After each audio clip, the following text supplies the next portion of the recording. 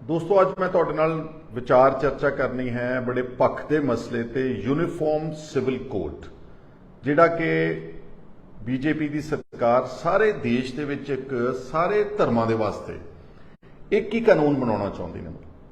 विशेष तौर पर जिहड़े पर्सनल लॉज ने, क्योंकि आप सारे जानते कि भारत जिहड़ा वा इहदे च बहुत सारे धर्म ने, बहुत सारिया कौमां ने, बहुत सारिया जातां ने और सारे धर्मां दे अपने अलग अलग रीति रिवाज ने। ये अज दे नहीं, ये हज़ारां सालों तो अपने सब दे अलग अलग ने। और साडे देश के कॉन्स्टिट्यूशन ने, बाबा साहब अंबेडकर ने जो कॉन्स्टिट्यूशन बनाया तो उन्होंने इस गल का ध्यान सीगा कि मुसलमानों ने अपने ब्याह शादियां, मरना जमना किस ढंग दे नाल करना, उन्होंने उस तरह की प्रोविजन की थी, उन्होंने पर्सनल लॉज बनाए थे।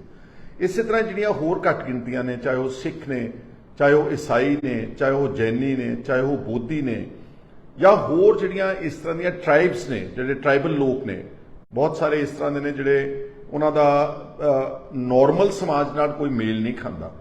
तो ये काफ़ी अरसे तो यह डिबेट चलता सीगा कि की सारे देश नूं एक यूनीफॉर्म सिविल कोड चला सकता वा, लेकिन पिछले 75 साल विच इस नूं अंजाम नहीं दिता गया, क्योंकि बहुत सारी एक समाज के वड्डे हिस्से वालों इस गल का हमेशा विरोध होता रहा और इहदे पर्टिकुलरली जिहड़ियां माइनॉरिटीज़ ने उन्होंने बहुत डट के विरोध किया। हुण एक बार बीजेपी ने फिर इस नूं पब्लिक डोमेन च लैके आए ने और तुसीं देख रहे हो कि अखबारां विच, टैलीविजन ते चर्चा चल रही। बीजेपी के इरादियां दा तां मनसूबिਆਂ ਦਾ ਆਪਾਂ ਸਭ ਨੂੰ पता वा कि वह मैजोरिटेरियन कम्यूनिटी के नाल पॉलिटिक्स कर रही है। एक वर्ग के नाल लैके उन्हां दी गल धर्म की गल करके वो अपना जिहड़ा है पोलिटिकल एजेंडा नूं अगे फॉरवर्ड कर रहे हैं उन्होंने, और वो छुपा के भी नहीं करते। हुणे पार्लीमेंट का नवीं जिहड़ी पार्लीमेंट की बिल्डिंग का उद्घाटन होया, हालांकि साडा कॉन्स्टिट्यूशन पर्टिकुलरली जिहड़ा उहदे च मुढ़ला असूल है कि असीं एक भारत जिहड़ा एक सैक्यूलर देश है, यानी कि सारे धर्मां का बराबर का सत्कार किया जाऊ। लेकिन पार्लीमेंट के उद्घाटन वेले सारे देश के कोने कोने दे विचों केवल एक धर्म के लोगों को उत्थे इकट्ठे करके ते उन्हां दे राहीं पार्लीमेंट का जिहड़ा भी पूजा कराई गई या जिहड़ा उद्घाटन कराया गया उन्होंने अहमियत दी गई, बाकी सारे धर्म जिहड़े सीगे उन्होंने उरे परे करता। सो बीजेपी के एजेंडे बारे आपां सब नूं पता वा, लेकिन अफसोस सानूं इस गल का कि जिहड़ी पंजाब च इस वेले आम आदमी पार्टी की सरकार है, इन्हां दे 7 मैंबर राज्य सभा वो पंजाब के लोगों ने पहला 92 MLA जिताए। उन्होंने 92 MLA ने यह नहीं देखा, ना किसी ने कहा केजरीवाल को कि तुसीं बनाउण लगे हो राज्य सभा के मैंबर्स। ਉਹਦੇ ਚ बहुत सारे मैंबर्स ਜਿਹੜੇ ਸੀ ਉਹ नॉन पंजाबी यानी कि बाहरों ਰਹਿੰਦੇ ਲੋਕੀ ਉਹ ਬਣਾ ਦਿੱਤੇ ਨੇ। ਉਹਨਾਂ ਵਿੱਚੋਂ ਇੱਕ ਮੈਂਬਰ ਪਾਰਲੀਮੈਂਟ ਸੰਦੀਪ ਪਾਠਕ ਜਿਹੜਾ ਕਿ ਇਸ ਵਕਤ ਉਹਨਾਂ ਦੀ ਆਮ ਆਦਮੀ ਪਾਰਟੀ ਦੀ ਆਰਗੇਨਾਈਜੇਸ਼ਨ ਦਾ ਕੰਮ ਦੇਖਦਾ, ਉਹਨਾਂ ਦਾ ਮੇਰੇ ਖਿਆਲ ਇੱਕ ਸਭ ਤੋਂ ਇੰਪੋਰਟੈਂਟ ਮੈਂਬਰ ਆ। ਉਹਦੇ ਤੋਂ ਬਿਆਨ ਦਵਾਇਆ ਗਿਆ ਔਰ ਮੈਂ ਸਮਝਦਾ ਕਿ ਇਹ ਬਿਆਨ ਸ਼ਰਾਰਤ ਭਰਪੂਰ ਆ। ਇਹਦੇ ਚ ਇਹ ਬਿਆਨ ਅਰਵਿੰਦ ਕੇਜਰੀਵਾਲ ਨੇ ਉਹਦੇ ਕੋਲ ਦਵਾਇਆ just to test the waters ਕਿ ਦੇਖੀਏ ਕਿ ਪਾਣੀ ਕਿੱਦਾਂ ਕਿਸ ਤਰ੍ਹਾਂ ਦਾ, ਇਹਦੇ ਨਾਲ ਕਿੰਨੀ ਖਲਬਲੀ ਮਚੂਗੀ। संदीप पाठक ने कहा कि यूनीफॉर्म सिविल कोड जिहड़ा वा इहदे ते विचार चर्चा होनी चाहिए और वो बीजेपी नाल प्रिंसीपल तौर पर यानी कि सिद्धांतक तौर पर बीजेपी के इस यूनीफॉर्म सिविल कोड के उत्ते सहमत ने। ये बहुत डेंजरस स्टेटमेंट है। मैं खास तौर पर माइनॉरिटीज़ नूं वार्न करना चाहना और पंजाब के लोगों को करना चाहना कि this will override all your जिहड़े राइट्स हैगे ने जिहड़े इस वक्त साडे धर्म नूं दिते हुए हैं। उन्हां चों विशेष तौर पर प्रचलित कानून के बारे अजकल चर्चा और भगवंत सिंह मान ने आप जिक्र किया कि असीं पंजाब दे विच आनंद मैरिज एक्ट लागू करांगे।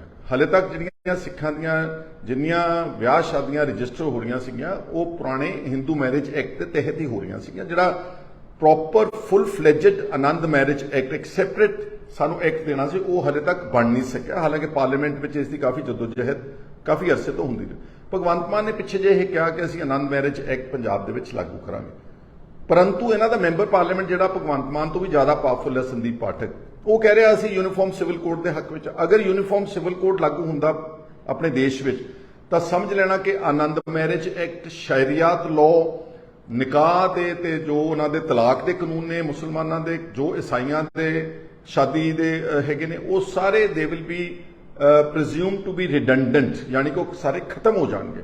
फिर एक कोई यूनीफॉर्म सिविल कोड जो बनूगा वो सारे धर्मां नूं गवर्न करेगा। ये तो भी एक डेंजरस सिचुएशन विशेष तौर पर पंजाब के सिखां दे वास्ते है कि जिहड़ा साडा सिख गुरुद्वारा एक्ट है 1925 ਜਿਹਦੇ ਤਹਿਤ ਐਸਜੀਪੀਸੀ ਸਟੈਬਲਿਸ਼ ਹੋਈ, ਜਿਹਦੇ ਤਹਿਤ ਅਸੀਂ ਸਾਰੇ ਗੁਰਦੁਆਰਾਸ ਨੂੰ ਗਵਰਨ ਕਰਦੇ ਹਾਂ, ਅਗਰ ਯੂਨੀਫਾਰਮ ਸਿਵਲ ਕੋਡ ਆ ਜਾਂਦਾ ਵਾ in place, it might also override the Sikh Gurdwara Act of 1925। ਫਿਰ ਸਾਡੇ ਜਿਹੜੇ ਗੁਰਦੁਆਰਾ ਸਾਹਿਬ ਦਾ ਵੀ ਕੰਟਰੋਲ ਹੈਗਾ ਵਾ, ਉਹ ਦਿੱਲੀੋਂ ਬੈਠੇ ਜਿਹੜਾ ਵੀ ਉਹ ਕਾਨੂੰਨ ਬਣਾਉਣਗੇ ਉਸ ਕਾਨੂੰਨ ਦੇ ਨਾਲ ਚੱਲਣਗੇ।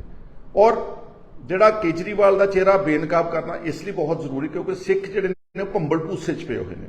ਉਹਨਾਂ ਨੂੰ ਐਂ ਲੱਗਦਾ ਕਿ ਇਹ ਤਾਂ ਬਹੁਤ ਸਾਡਾ ਹਮੇਤੀ ਆ, ਇਹ ਸਾਡਾ ਬੜਾ ਹਮਦਰਦ ਹੈ, ਇਹ ਵੱਧ ਅਧਿਕਾਰਾਂ ਦੀ ਗੱਲ ਕਰਦਾ। ਕਿਉਂਕਿ ਦਿੱਲੀ ਵਿੱਚ ਜਿਹੜਾ ਆਰਡੀਨੈਂਸ ਪਾਸ ਕੀਤਾ ਬੀਜੇਪੀ ਨੇ, ਉਸ ਨੂੰ ਲੈ ਕੇ, ਹਾਲਾਂਕਿ ਉਹ ਸਿਰਫ ਇੱਕ ਲਿਮਿਟਿਡ ਅਧਿਕਾਰ ਮੰਗ ਰਿਹਾ ਵਾ, ਜਿਹੜੇ ਅਫਸਰਾਂ ਦੇ ਤਬਾਦਲੇ ਤੇ ਬਦਲੀਆਂ ਦੇ ਸਿਲਸਿਲੇ ਨੂੰ ਲੈ ਕੇ ਉਹਦੇ ਅਧਿਕਾਰ ਖੋਏ ਨੇ ਥੋੜੇ ਜਿਹੇ, ਮਾਮੂਲੀ ਜਿਹੇ। ਕਿੰਨਾ ਸ਼ੋਰ ਮਚਾਇਆ ਸਾਰੇ ਦੇਸ਼ ਵਿੱਚ, ਸਾਡਾ ਜਹਾਜ਼ ਲੈ ਕੇ ਭਗਵੰਤ ਮਾਨ ਨੂੰ ਸਾਰੀਆਂ ਪਾਰਟੀਆਂ ਦੇ ਲੀਡਰਸ ਨੂੰ ਘੁੰਮੇ, ਮਿਲੇ। ਔਰ ਜਿੱਦਣ ਬਿਹਾਰ ਦੀ ਮੀਟਿੰਗ ਸੀ ਉਦੋਂ ਉਹਦਾ ਚਿਹਰਾ ਬੇਨਕਾਬ ਕੀਤਾ ਉਮਾਰ ਅਬਦੁੱਲਾ ਨੇ, ਫਰੂਕ ਅਬਦੁੱਲਾ ਹੋਣਾ ਦੀ ਪਾਰਟੀ ਨੇ ਤੇ ਹੋਰ ਆਪੋਜੀਸ਼ਨ ਦੇ ਲੀਡਰਸ ਨੇ। ਉਹਨਾਂ ਨੇ ਕਿਹਾ ਜੀ ਕਿ ਤੁਸੀਂ ਇੱਕ ਪਾਸੇ ਕਹਿੰਦੇ ਹੋ ਕਿ ਆਰਡੀਨੈਂਸ ਦੇ ਨਾਲ ਸੂਬਿਆਂ ਦੇ ਅਧਿਕਾਰ ਖੋਏ ਗਏ ਨੇ, ਸਾਡੀ ਆਟੋਨਮੀ ਦੇ ਉੱਤੇ ਡਾਕਾ ਵੱਜਿਆ ਵਾ, ਫੈਡਰਲ ਢਾਂਚੇ ਦੇ ਉੱਤੇ ਡਾਕਾ ਵੱਜਿਆ, ਪਰ ਕੇਜਰੀਵਾਲ ਸਾਹਿਬ ਕੀ ਤੁਸੀਂ ਦੱਸ ਸਕਦੇ ਹੋ ਕਿ ਜਦੋਂ ਜੰਮੂ ਕਸ਼ਮੀਰ ਦੇ 3 ਟੋਟੇ ਕੀਤੇ ਗਏ, ਯੂਨੀਅਨ ਟੈਰੀਟਰੀਜ਼ ਬਣਾਤੀਆਂ ਗਈਆਂ, ਇੱਕ ਪੂਰੀ ਬਣੀ ਬਣਾਈ ਸਟੇਟ ਦੇ ਅਧਿਕਾਰ ਖੋ ਕੇ ਬੀਜੇਪੀ ਨੇ ਆਪਣੀ ਬਰੂਟ ਮੈਜੋਰਿਟੀ ਦਾ ਇਸਤੇਮਾਲ ਕਰਕੇ ਆਰਟੀਕਲ 370 ਨੂੰ ਐਬਰੋਗੇਟ ਕਰਕੇ ਖਤਮ ਕਰਕੇ ਉਹਦੇ 3 ਯੂਟੀਜ਼ ਬਣਾਤੀਆਂ, ਤਾਂ ਕੇਜਰੀਵਾਲ ਸਾਹਿਬ ਨੇ ਬੀਜੇਪੀ ਤੇ ਮੋਦੀ ਸਾਹਿਬ ਦੀ ਸਰਕਾਰ ਦੀ ਨਾ ਸਿਰਫ ਸਪੋਰਟ ਕੀਤੀ, ਅਗਾਂਹ ਵੱਧ ਕੇ ਇਹਦੀ ਤਾਰੀਫ ਕੀਤੀ ਕਿ ਬਹੁਤ ਹਿਸਟੋਰੀਕਲ ਐਕਟ ਪਾਸ ਕੀਤਾ ਵਾ। ਇਹ Omar Abdullah former chief minister Jammu Kashmir ਔਰ ਫਰੂਕ ਅਬਦੁੱਲਾ ਨੇ ਮੀਟਿੰਗ ਦੇ ਵਿੱਚ ਉਹਨਾਂ ਨੇ ਸਾਹਮਣੇ ਇਹਨੂੰ ਬਿਠਾ ਕੇ ਇਹਦੇ ਮੂੰਹ ਤੇ ਗੱਲ ਕਹੀ। ਔਰ ਤੁਸੀਂ ਦੇਖਿਆ ਹੋਣਾ ਕਿ ਜਿਹੜੀ ਆਪੋਜੀਸ਼ਨ ਦੀ ਸਾਂਝੀ ਪ੍ਰੈਸ ਕਾਨਫਰੰਸ ਹੋਈ ਬਾਅਦ ਵਿੱਚ, ਸ਼ਾਇਦ 23 ਜੂਨ ਦੀ ਗੱਲ ਹੈਗੀ ਆ, ਉਸ ਪ੍ਰੈਸ ਕਾਨਫਰੰਸ ਵਿੱਚ ਅਰਵਿੰਦ ਕੇਜਰੀਵਾਲ ਨੇ ਬਾਇਕਾਟ ਕਰਤਾ, ਬਾਹਰ ਉੱਠ ਕੇ ਨਾਰਾਜ਼ਗੀ ਵਿੱਚ ਚਲੇ ਗਿਆ। ਇੱਥੇ ਬਸ ਨਹੀਂ, ਜਿਹੜਾ ਸਿਟੀਜ਼ਨ ਅਮੈਂਡਮੈਂਟ ਐਕਟ ਬਣਿਆ, ਜਿਹੜਾ CAA ਕਾਨੂੰਨ ਬਣਾਇਆ ਗਿਆ, ਉਹ ਸਾਰੇ ਦੁਨੀਆ ਅੱਛੀ ਤਰ੍ਹਾਂ ਜਾਣਦੇ ਆ ਕਿ ਉਹ ਵੀ ਇੱਕ ਮਾਈਨੋਰਿਟੀਜ਼ ਦੇ ਖਿਲਾਫ ਕਾਨੂੰਨ ਬਣਾਇਆ। ਜਿਹੜਾ ਸ਼ਾਹੀਨ ਬਾਗ ਵਿੱਚ ਮੋਰਚਾ ਲੱਗਿਆ ਰਿਹਾ ਦਿੱਲੀ ਦੇ ਵਿੱਚ, ਸ਼ਹੀਨ ਬਾਗ ਦੀ ਤਾਂ ਕੀ ਸਪੋਰਟ ਕਰਨੀ ਸੀ, ਇਹਨਾਂ ਨੇ CAA ਦੀ ਵੀ ਸਪੋਰਟ ਕੀਤੀ ਬੀਜੇਪੀ ਦੇ ਉਸ ਕਾਨੂੰਨ ਦੀ। ਮੈਂ ਤਾਂ ਸਿਰਫ ਇਹ ਤੁਹਾਨੂੰ ਦੱਸਣਾ ਚਾਹੁੰਦਾ ਕਿ ਅਸਲ ਵਿੱਚ ਕੇਜਰੀਵਾਲ ਜਿਹੜਾ ਹੈ ਅੰਦਰੋਂ ਔਰ ਸਿਧਾਂਤਕ ਤੌਰ ਤੇ ਆਈਡੀਓਲੋਜੀਕਲੀ ਵਾਈਜ਼ ਉਹ ਬੀਜੇਪੀ ਦੀ ਦੂਸਰੀ ਕਾਪੀ ਹੈ। ਜੇ ਮੈਂ ਗਲਤ ਨਾ ਹੋਵਾਂ ਤੇ ਉਹ ਇੱਕ ਕਿਸਮ ਦਾ ਸੌਫਟ ਹਿੰਦੂਤਵਾ ਫੋਲੋ ਕਰ ਰਹੇ ਨੇ। ਉਹ ਚਾਹੁੰਦੇ ਨੇ ਕਿ ਬੀਜੇਪੀ ਦੀ ਲਾਈਨ ਫੋਲੋ ਕਰਕੇ, ਜਿੱਦਾਂ ਦੀ ਬੀਜੇਪੀ ਨੇ ਰਾਜਨੀਤੀ ਕੀਤੀ ਆ, ਇੱਕ ਹਿੰਦੂ ਵਰਗ ਦੇ ਲੋਕਾਂ ਨਾਲ ਜੋ ਉਹਨਾਂ ਨੂੰ ਇੰਪੋਰਟੈਂਸ ਦਿੱਤੀ ਆ, ਅਸੀਂ ਵੀ ਉਸ ਰਾਹ ਤੇ ਚੱਲਾਂਗੇ ਤਾਂ ਸ਼ਾਇਦ ਸੱਤਾ ਦੇ ਜ਼ਿਆਦਾ ਕਰੀਬ ਪਹੁੰਚ ਜਾਵਾਂਗੇ। ਪਰ ਇਹ ਗੱਲ ਪੰਜਾਬ ਦੇ ਲੋਕਾਂ ਨੂੰ ਔਰ ਵਿਸ਼ੇਸ਼ ਤੌਰ ਤੇ ਨਾ ਸਿਰਫ ਸਿੱਖਾਂ ਨੂੰ, ਬਲਕਿ ਜਿਹੜੇ ਲਿਬਰਲ ਸਾਡੇ ਲੀਡਰਸ ਨੇ, ਡਾਕਟਰ ਧਰਮਵੀਰ ਗਾਂਧੀ ਵਰਗੇ, ਜਿਹੜੇ ਸੁਲਝੇ ਹੋਏ ਨੇ, ਜਿਹੜੇ ਹਰ ਗੱਲ ਦੇ ਦੂਰਅੰਦੇਸ਼ ਇੰਪੈਕਟ ਸਮਝਦੇ ਨੇ, ਉਹਨਾਂ ਦੀ ਗੱਲ ਆਪਾਂ ਨੂੰ ਧਿਆਨ ਨਾਲ ਸੁਣਨੀ ਚਾਹੀਦੀ ਹੈ। ਇਲੈਕਸ਼ਨ ਤੋਂ ਪਹਿਲਾਂ ਵੀ ਉਹਨਾਂ ਨੇ ਬਹੁਤ ਕਿਹਾ ਕਿ ਇਹ ਜਿਹੜਾ ਬੰਦਾ ਹੈ ਅਰਵਿੰਦ ਕੇਜਰੀਵਾਲ, ਬੇਸਿਕਲੀ ਇਹ ਛੋਟਾ ਮੋਦੀ ਆ, ਉਸੇ ਲੀਹ ਤੇ ਚੱਲ ਰਿਹਾ। ਔਰ ਹੁਣ ਉਹਦੇ ਕੰਡਕਟ ਤੋਂ, ਉਹਦੀ ਜਿਹੜੀ ਵਿਚਾਰਧਾਰਾ ਹੈ, ਤੁਸੀਂ ਦੇਖ ਰਹੇ ਹੋ ਦਿੱਲੀ ਵਿੱਚ ਕਿੰਨੇ ਪਿੱਛੇ ਜੇ ਦੰਗੇ ਹੋਏ, ਇੱਕ ਫਿਰਕੇ ਦੇ ਲੋਕਾਂ ਨੂੰ ਸ਼ਰੇਆਮ ਮਾਰਿਆ ਗਿਆ। ਕੀ ਅਰਵਿੰਦ ਕੇਜਰੀਵਾਲ ਨੇ ਕਦੀ ਹਾਂ ਦਾ ਨਾਰਾ ਮਾਰਿਆ ਉੱਥੇ? ਕਦੇ ਵੀ ਨਹੀਂ ਮਾਰਿਆ। ਸਾਰੇ ਦੇਸ਼ ਦੇ ਵਿੱਚ ਜਦੋਂ ਕਿਸੇ ਇੱਕ ਵਰਗ ਦੇ ਖਿਲਾਫ, ਖਾਸ ਤੌਰ ਤੇ ਮੁਸਲਮਾਨਾਂ ਦੇ ਖਿਲਾਫ ਦੰਗੇ ਹੁੰਦੇ ਨੇ, ਚਾਹੇ ਉਹ ਮੇਰਠ ਵਿੱਚ ਹੈ, ਚਾਹੇ ਉਹ ਗੈਂਗ ਰੇਪ ਹੁੰਦਾ, ਹਾਥਰਸ ਵਰਗੇ ਗਰੀਬਾਂ ਦੇ, ਦਲਿਤ ਲੜਕੀਆਂ ਦਾ, ਜਿੱਥੇ ਪਬਲਿਕ ਪ੍ਰੈਸ਼ਰ ਬਿਲਡ ਹੁੰਦਾ ਵਾ, ਅਰਵਿੰਦ ਕੇਜਰੀਵਾਲ ਦੀ ਮੈਂ ਕਦੀ ਸਟੇਟਮੈਂਟ ਨਹੀਂ ਸੁਣੀ। ਵਰਨਾ ਰੋਜ਼ ਟਵਿੱਟਰ ਦੇ ਉੱਤੇ ਬੈਠੇ ਹੁੰਦੇ ਨੇ, ਛੋਟੀ ਛੋਟੀ ਗੱਲ ਤੇ ਟਵੀਟ ਕਰਦੇ ਨੇ, ਲੇਕਿਨ ਮਾਈਨੋਰਿਟੀਜ਼ ਦੇ ਹੱਕ ਦੇ ਵਿੱਚ ਬੀਜੇਪੀ ਨੂੰ ਉਹਨਾਂ ਨੇ ਕਦੀ ਅਪੋਜ਼ ਨਹੀਂ ਕੀਤਾ। ਇਸ ਲਈ ਮੇਰਾ ਤਾਂ ਇੱਕ ਵਾਰਨ ਕਰਨਾ ਮੇਰਾ ਫਰਜ਼ ਹੈਗਾ ਵਾ ਸਾਰੇ ਸਿੱਖਾਂ ਨੂੰ, ਪਾਰਟੀਬਾਜ਼ੀ ਤੋਂ ਉੱਤੇ ਉੱਠ ਕੇ, ਜਿੱਦਾਂ ਆਪਾਂ ਆਪਣੇ SGPC ਵਿੱਚ ਜਿਹੜੀ ਨਾ ਅਮੈਂਡਮੈਂਟ ਕੀਤੀ, ਇਹ ਵੀ ਇੱਕ ਗਲਤ ਡਾਕਾ ਮਾਰਿਆ ਹੈ ਭਗਵੰਤ ਸਿੰਘ ਮਾਨ ਦੀ ਸਰਕਾਰ ਨੇ। ਇਹ ਆਪਾਂ ਨੂੰ ਕਦੀ ਮੰਨਣਾ ਸਵੀਕਾਰ ਨਹੀਂ ਕਰਨਾ ਚਾਹੀਦਾ। ਠੀਕ ਹੈ, SGPC ਵਿੱਚ 100 ਨੁਕਸ ਹੋਣਗੇ, ਸਾਡੀ ਬਾਦਲ ਪਰਿਵਾਰ ਦੇ ਨਾਲ 100 ਡਿਫਰੈਂਸਸ ਹੋਣਗੇ ਪੋਲੀਟੀਕਲ, ਲੇਕਿਨ ਇਹਦਾ ਮਤਲਬ ਇਹ ਥੋੜ੍ਹਾ ਕਿ ਸਾਡੀ ਜਿਹੜੀ ਇੱਕ ਬੋਡੀ ਹੈ 100 ਸਾਲ ਪੁਰਾਣੀ ਸ਼੍ਰੋਮਣੀ ਗੁਰਦੁਆਰਾ ਪ੍ਰਬੰਧਕ ਕਮੇਟੀ, ਕੀ ਉਹਦੇ 'ਚ ਅਸੀਂ ਪੰਜਾਬ ਸਰਕਾਰ ਨੂੰ ਮੁਦਾਖਲਤ ਕਰਨ ਦੇਵਾਂਗੇ? ਅੱਜ ਇਹਨਾਂ ਨੇ ਇੱਕ ਗੁਰਬਾਣੀ ਦਾ ਸਹਾਰਾ ਲੈ ਕੇ ਅਮੈਂਡਮੈਂਟ ਪਾਸ ਕੀਤੀ ਹੈ, ਕੱਲ ਨੂੰ ਕਹਿ ਦੇਣਗੇ ਅਸੀਂ 50 ਮੈਂਬਰਸ ਨਾਮਜ਼ਦ ਕਰ ਦਿੱਤੇ ਆ, ਪੌਣੇ 200 ਦਾ ਇਲੈਕਟਡ ਮੈਂਬਰ ਹਾਊਸ ਹੈ, 50 ਮੈਂਬਰ ਪੰਜਾਬ ਸਰਕਾਰ ਕੋ ਅਸੀਂ ਨਾਮਜ਼ਦ ਕਰਤੇ, 50 ਦੀ ਵੋਟਾਂ ਸਿੱਧੀਆਂ ਡਾਇਰੈਕਟਲੀ ਪਾ ਲੈਣਗੇ ਤੇ ਤੁਹਾਡੇ ਤੋਂ SGPC ਖੋਲਣਗੇ। ਅਸਲ ਵਿੱਚ ਇਹ SGPC ਤੇ ਵੀ ਚੋਰ ਦਰਵਾਜ਼ੇ ਰਾਹੀਂ ਕਾਬਜ਼ ਹੋਣਾ ਚਾਹੀਦਾ। ਮੈਂ ਪਹਿਲਾਂ ਵੀ ਤੁਹਾਨੂੰ ਵਾਰਨ ਕੀਤਾ ਸੀ ਔਰ ਮੈਂ ਫਿਰ ਕਹਿਣਾ ਚਾਹੁੰਦਾ, ਔਰ ਜਿਹੜਾ ਯੂਨੀਫਾਰਮ ਸਿਵਲ ਕੋਡ ਆ, ਇਸ ਨੂੰ ਹਰ ਲਿਬਰਲ ਵਿਅਕਤੀ ਨੂੰ, ਜਿਹੜਾ ਭਾਰਤ ਦੇ ਇੰਟਰਸਟ ਵਿੱਚ ਆ, ਜਿਹੜਾ ਚਾਹੁੰਦਾ ਵਾ ਕਿ ਸਾਰੇ ਵਰਗਾਂ ਦੇ ਸਾਰੇ ਧਰਮਾਂ ਦੇ ਲੋਕਾਂ ਦਾ ਸਤਿਕਾਰ ਹੋਣਾ ਚਾਹੀਦਾ, ਆਪਾਂ ਸਭ ਨੂੰ ਮਿਲ ਕੇ ਇਸ ਦਾ ਡਟ ਕੇ ਵਿਰੋਧ ਕਰਨਾ ਚਾਹੀਦਾ। ਔਰ ਪੰਜਾਬ ਦੇ ਜਿਹੜੇ ਆਮ ਆਦਮੀ ਪਾਰਟੀ ਦੇ ਵੋਲੰਟੀਅਰਸ ਆ, ਦੇਖੋ ਮੈਂ ਦੁਬਾਰਾ ਫਿਰ ਕਹੀ ਜਾਂਦਾ, ਤੁਹਾਨੂੰ ਕੁਝ ਨਹੀਂ ਦੇ ਰਹੇ, ਇਹ ਇੰਪੋਰਟੈਂਟ ਪੋਜੀਸ਼ਨਸ ਜਾ ਰਹੀਆਂ ਨੇ ਸਾਰੀਆਂ ਗੈਰ ਪੰਜਾਬੀਆਂ ਨੂੰ। ਜਿਹੜਾ ਪਿੱਛੇ ਲਾਇਆ ਇਹਨਾਂ ਨੇ ਰੇਰਾ ਦਾ ਚੇਅਰਮੈਨ, ਜਿਹੜੀ ਇੱਕ ਅਥਾਰਟੀ ਹੈਗੀ ਆ, ਜਿੰਨੇ ਵੀ ਰੀਅਲ ਏਸਟੇਟ ਦੇ ਡਿਸਪਿਊਟਸ ਹੁੰਦੇ ਉਹ ਇੱਕ ਲਿਆ ਕੇ ਇਹਨਾਂ ਨੇ ਆਪਣਾ ਐਡੀਸ਼ਨਲ ਚੀਫ ਸੈਕਟਰੀ ਸੀ, ਸ਼ਾਇਦ ਰਿਟਾਇਰਡ ਦਿੱਲੀ ਦਾ ਕੇਜਰੀਵਾਲ ਦਾ ਬੰਦਾ, ਉਸ ਨੂੰ ਲਾਇਆ। ਫਿਰ ਇਹਨਾਂ ਨੇ ਲਾਇਆ ਪੰਜਾਬ ਸਕੂਲ ਐਜੂਕੇਸ਼ਨ ਬੋਰਡ ਦੀ ਚੇਅਰਪਰਸਨ ਲਾਉਣਾ ਸੀ, ਚੇਅਰਮੈਨ ਦੀ ਪੋਜੀਸ਼ਨ ਖਾਲੀ ਸੀ, ਇਹਨਾਂ ਨੇ ਸ਼ਾਇਦ ਕੋਈ ਮਿਸਿਸ ਬੇਦੀ ਇਹਨਾਂ ਦੀ ਚਹੇਤੀ ਸੀ ਉੱਥੋਂ ਦਿੱਲੀੋਂ, ਫਿਰ ਉਸ ਨੂੰ ਲਾਇਆ। ਆ ਪਿਛਲੇ ਦਿਨਾਂ ਵਿੱਚ ਜਿਹੜੀ ਸਾਡੀ Baba Farid medical health university ਹੈ, ਉਸ ਦਾ ਚੇਅਰਮੈਨ ਲਾਉਣਾ ਸੀਗਾ, ਪੰਜਾਬ ਦੇ ਬੰਦੇ ਛੱਡ ਕੇ, ਪੀਜੀਆਈ ਦੇ ਐਮੀਨੈਂਟ ਡਾਕਟਰਸ ਛੱਡ ਕੇ।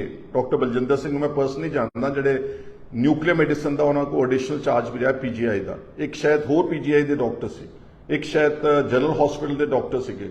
ਉਸ ਪੈਨਲ ਦੇ ਪੰਜਾਬੀਆਂ ਸਾਰਿਆਂ ਨੂੰ ਛੱਡ ਕੇ ਇੱਕ ਦਿੱਲੀੋਂ ਲਿਆ ਕੇ, ਉਹਦਾ ਨਾਮ ਮੈਂ ਭੁੱਲ ਰਿਹਾ ਉਸ ਬੰਦੇ ਦਾ, ਉਸ ਨੂੰ ਇਹਨਾਂ ਨੇ ਚੇਅਰਮੈਨ ਵਾਈਸ ਚਾਂਸਲਰ ਲਾ ਦਿੱਤਾ ਉਸ ਬਾਬਾ ਫਰੀਦ ਹੈਲਥ ਯੂਨੀਵਰਸਿਟੀ ਦਾ।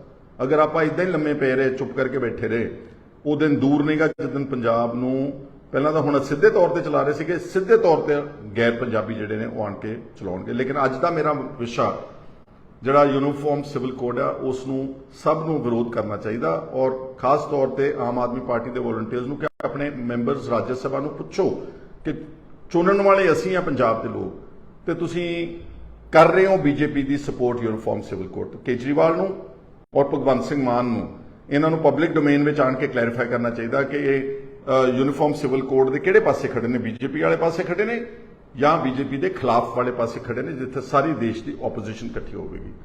ਇਸ ਵਿਸ਼ੇ ਤੇ ਮੇਰੇ ਨਾਲ ਜੁੜਨ ਵਾਸਤੇ ਤੁਹਾਡਾ ਸਾਰਿਆਂ ਦਾ ਬਹੁਤ ਬਹੁਤ ਸ਼ੁਕਰੀਆ, ਧੰਨਵਾਦ।